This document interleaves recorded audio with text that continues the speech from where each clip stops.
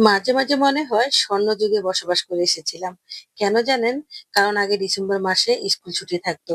আর December মাস আসার আগেই plan করে ফেলতাম কোথায়, কোথায় বেড়াতে যাবো। আর আমাদের বাচ্চারা তো কোনো প্ল্যানই করতে পারে না। কারণ ডিসেম্বর মাসে ছুটিই নেই। ওরা একটু নানার বাড়ি, দাদার বাড়ি, আত্মীয়স্বজনের বাড়ি বেড়াতে যাবে, তারও কোনো নিস্তার নেই। কারণ ডিসেম্বর মাসেও এখন পরীক্ষা থাকে। আসসালামু আলাইকুম। কেমন আছেন সবাই? আশা করি ভালো আছেন। আলহামদুলিল্লাহ আমিও ভালো আছি। এই তো আজকে রেডি হয়ে যাচ্ছি ছেলের পরীক্ষার জন্য। তো পরীক্ষাটা হচ্ছে বৃত্তি পরীক্ষা। তো বৃত্তি পরীক্ষাটা অন্য একটা স্কুলে হবে, সেখানে নিয়ে যেতে হবে। তাও আবার বিকেল বেলা। আমাদের সময় ৩ টা পরীক্ষা হলেও ডিসেম্বর মাসটা একদম ফ্রি থাকতো। আর বাচ্চারা এই একটা মাস রিল্যাক্স ভাবে কাটাতে পারতো। আর এখনকার সময়ে বছরে ২ টা পরীক্ষা হয়। তারপরও ডিসেম্বর মাসটা ফ্রি থাকে না। একটা না একটা কিছু থাকেই। আজকে খুব সকাল সকালই রান্না করে নিচ্ছি। এখানে আমি ফুলকপি দিয়ে ইলিশ মাছ দিয়ে রান্না করছি। মাঝে, মাঝে আমি যখন আমার বাচ্চাদের সাথে আমার ছোটবেলার গল্পগুলো করি, তখন আমার বাচ্চারা অনেক আফসোস করে। বলে, "তোমার জীবনটা কত সুন্দর ছিল, তাই না?" সত্যি আসলে অনেক সুন্দর ছিল। কারণ আমার যখন স্কুল বন্ধ পড়তো, আমি আমার ফুপুর বাড়িতে বেড়াতে যেতাম। আমি আমার চাচার বাসায় বেড়াতে যেতাম। অনেকদিন থাকতাম সেখানে, অনেক ভালো লাগতো। কিন্তু আমাদের বাচ্চারা ওগুলো কিছুই পায় না। মানে ওই সময়টাই পায় না। কি বলবো আসলে? এই তো জানুয়ারি মাস চলে এসেছে, আর অল্প কয়দিন আছে। এখন আবার ভর্তির ঝামেলা, বই নেওয়ার ঝামেলা, কত কিছু। এই তো চলে আসলাম চট্টগ্রামে অপর্ণাচরণ স্কুলে।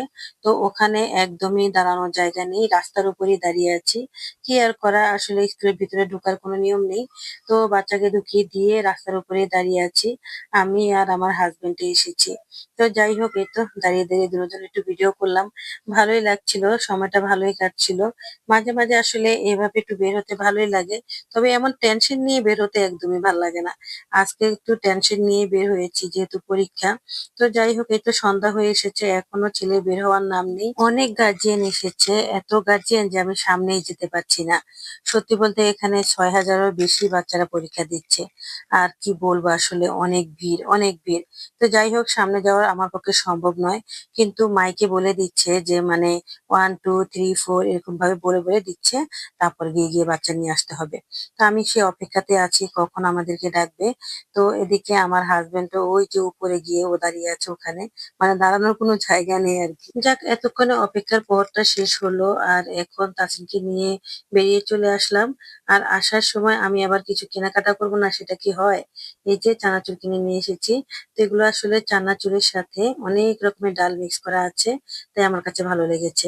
আর এখানে কিছুটা মানে এগুলো হচ্ছে মানে আলুর চিপস। আলুর চিপসও কিনে নিয়ে এসেছি। কথায় বলে না, শখের তোলা ৳৮০।